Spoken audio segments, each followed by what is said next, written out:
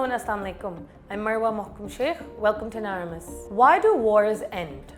Do they end because enemies suddenly feel goodwill? No. Wars end because both sides are dragged into a corner, when fighting costs more than it gains. That moment is called the mutually hurting stalemate, the point when violence becomes futile, when for the enemy, every attack bleeds more loss than leverage. But here's the real question. If both sides are hurting, why doesn't peace come immediately? Because hurting isn't enough. The order of steps, who acts first, who holds fire, who negotiates on whose terms, matters more than the pain itself. This is what strategists call sequencing, which is not a procedure. It is the power that decides whether war truly ends or simply mutates. So what happens when sequencing is wrong? You get the Doha fiasco. The Taliban were recognized without due reassurances from them. They gained political legitimacy while all affiliates are still carrying their guns. The outcome was predictable. Not peace, but violence reborn. Militancy did not disappear.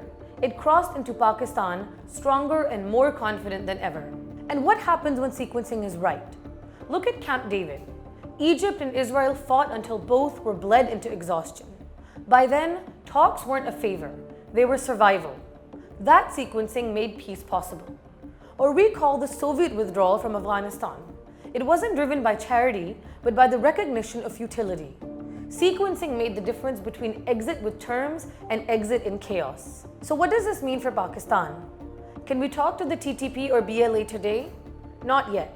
If we do, we repeat old mistakes. First, they must be pushed into a real stalemate, a situation which hurts them more. That means kinetic blows beyond routine skirmishes, neutralizing their leadership, targeting their second and even third tier commanders, and cutting off communication channels. It means sowing distrust inside their networks so factions start fighting each other instead of the state. It means breaking their financing by dismantling narco-smuggling routes and shutting down foreign funding pipelines. And it means using diplomacy to corner their backers, especially the Afghan Taliban, forcing them to choose between legitimacy and complicity. Only when these groups are fractured, broke, and leaderless, when exhaustion replaces momentum, will they approach negotiations with sincerity. Then the sequence must shift. Guns take a step back, politics takes the lead. The army holds deterrence, civilians hold dialogue. Amnesty is offered selectively, as a bridge for those willing to surrender, not a blanket pardon. Reintegration is allowed, but only within constitutional limits. No parallel rule, no shadow governments. But what about the public? If talks are secret, won't suspicion grow? Exactly. That's why transparency is non-negotiable. People must see that peace is not being purchased at the cost of sovereignty. They must know the state is not bowing, but observing violence into lawless politics. So what's the bottom line? Wars do not end with signatures. They end with sequences.